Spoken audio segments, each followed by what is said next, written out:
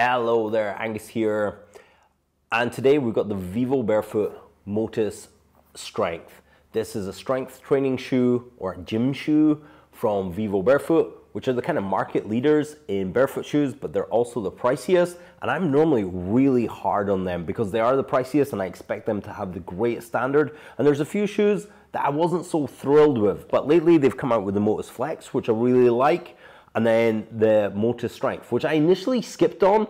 So when I first saw this, it was like the JJF, it was the surfer guys version of this. This came out, I had the old Motus. I think it was called the Motus 2, maybe 5-6 years ago. Is there on my channel, I'll try and link it if I can. And that was a great shoe, but I bought it in a size, my normal size, which turned out to be a little bit size too big. I was too impatient, didn't send it back. Wore it for about 3-4 years. I really quite liked that shoe, but the fitting was just a wee bit off. More my fault than Vivobarefoot's fault. Since then, I've been ordering a size down, which seems to fit my foot better. I have a very short, fat, wide foot, and I have zero ankle mobility. I've just got like a bone problem, so I need to wear a zero drop, so my Achilles and calf get stretched all the time. So I'm uniquely qualified to wear barefoot shoes. It's all I've been wearing for the last 15 years, ever since I discovered them. The wide toe box is just paramount for me, the zero heel for me, and then because I'm a personal trainer and I own a gym, a strength training one was cool. I'm going to show you a bunch of alternatives in this video, which are maybe cheaper. So this is £170. So I saw the initial one when it came out about last year, and I was going to buy it straight away, but 170 quid I just thought was a little bit on the pricey end. And there are discounts, including my own discount code, which is, I think it's Angus10, but I'll link it below if you want to use my discount code, which helps the channel out. It's always appreciated.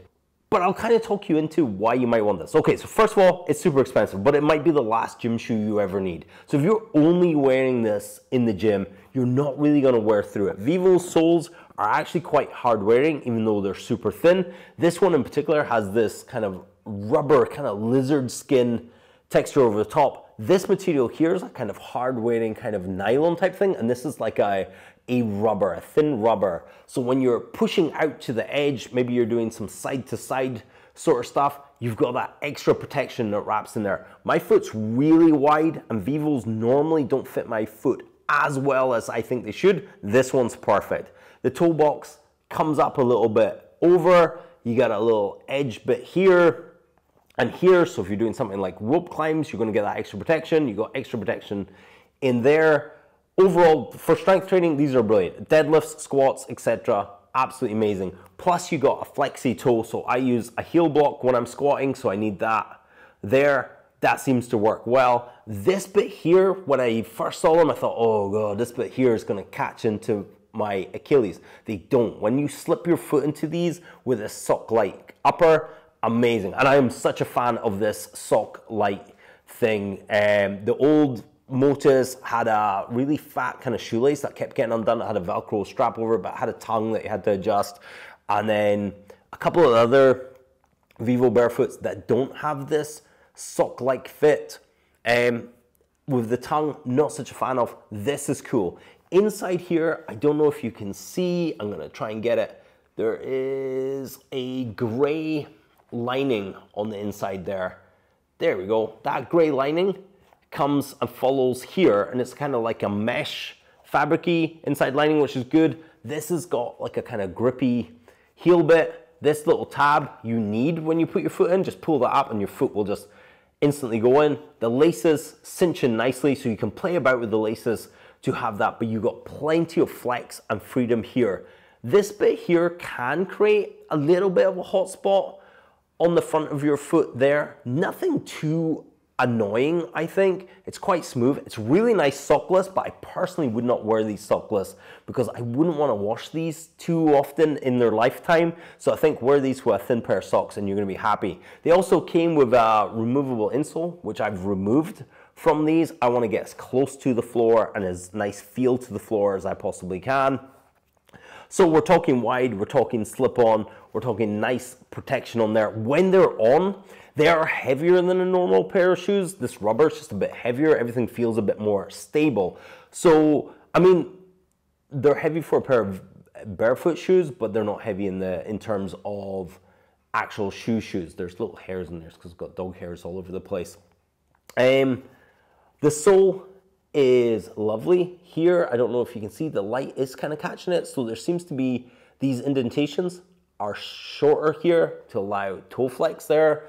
And they're shorter there to allow that toe swivel or to press that big toe down when you're doing lifts. They are actually fairly flexible from the get-go, because sometimes Vivobarefoots are not so flexible out of the box, but these seem to be pretty flexible. But when they're on your foot, they lock into your foot. So when you're doing lifting in these are a really good lifting shoe, and probably one of the best lifting shoes I've had. So if you're a hardcore CrossFitter doing cleans and things where you're slamming your heel down, you might need an ollie lifting shoe for that. But for most regular gym stuff, lifting weights, these are going to be perfect. Also, if you don't have my problem with a locked ankle, you're going to get better ankle mobility. It's really nice to squat flat-footed. That's how I prefer all my clients. So this is the exact shoe I would recommend to my clients, but the price tag is pricey. So this would be my top pick if money was not an option. But let's look at some other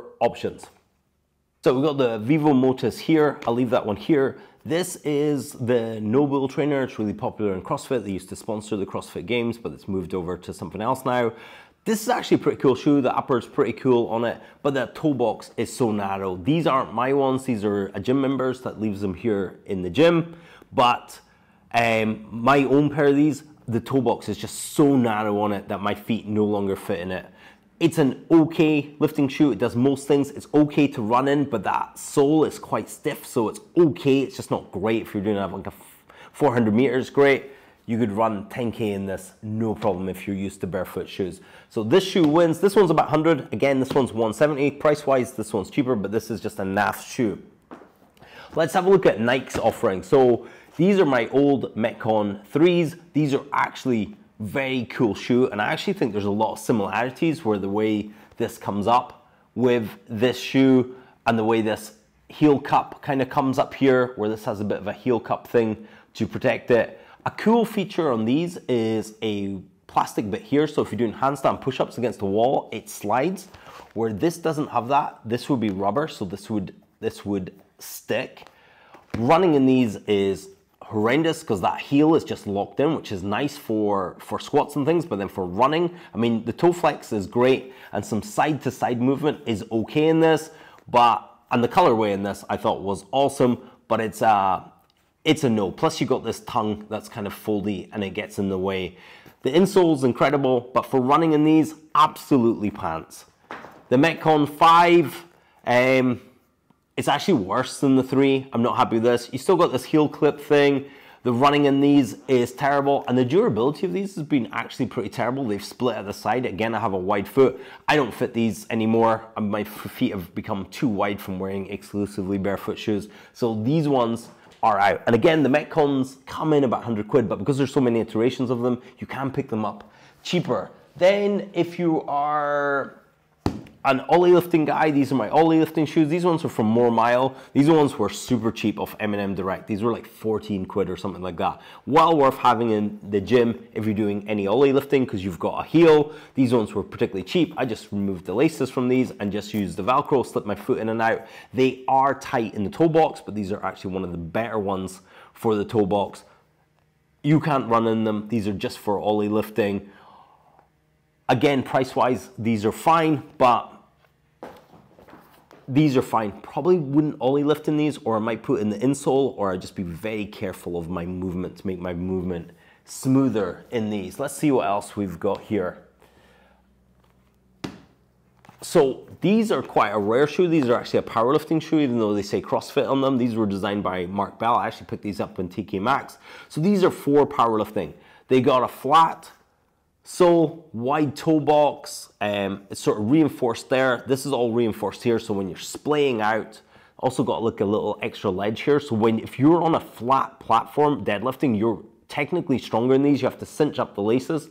They also do a normal trainer version of these that I couldn't get hold of. The colorway is pretty awful. This was a great shoe, and they should have just branded it powerlifting rather than CrossFit, because I think they left out the entire gym community. There's more people doing deadlifts than just CrossFitters. This was a cool shoe. I wish they would bring this back. Running in this is not good because of the high top, but the low top version might have been okay. Nice supportive heel. This is a great shoe for lifting in. If you could pick up one of these, great, but you're just not gonna get one of these out of pure rarity. Do I have any other shoes here? Oh, the Vivobarefoot Motus Flex. This shoe is pretty cool, and you can do most of your lifting. The splaying out of the side when you're doing, say, a deadlift and your foot's down and you want to splay out to the side, it's probably a little bit of a no-no. When you're doing like toe stuff, like bouncy kind of toe stuff on your toes, doing push-ups and things, and animal flow stuff, if you're doing a lot of movement-y stuff, this is actually a better shoe than the Strength. But if you're going to be doing a lot of lifting, and you can go in on your toes there doing push-ups and burpees and things. If you're doing more yoga-y type things and less lifting, this would be the shoe to go for. If not, the Motus Strength for actual gym work is ideal. And then the second best option would be this one. This is the Freet Vibe. This is a nice shoe. It's not actually for lifting. It's just a nice barefoot shoe. So again, you got zero drop here, nice wide toe box.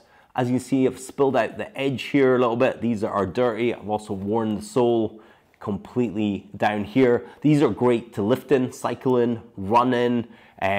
They offer some protection, but your foot will move about in this one a lot more than this one. This one has you cinched down, but these are also half the price. I also have a discount code for these. These are also half the price of these ones. So if your budget was unlimited, I would go for these ones. If your budget is limited and you're not so fancy in the gym, or you're not lifting the craziest amounts of weights, then these would be a great option to go for. Anyway, that's my Vivobarefoot Motus Strength review and a little bit of a comparison there. Let me know what you think. Is this a shoe you would go for? Does this shoe appeal to you? Do you even like the design of this shoe? And is this the shoe you would go for?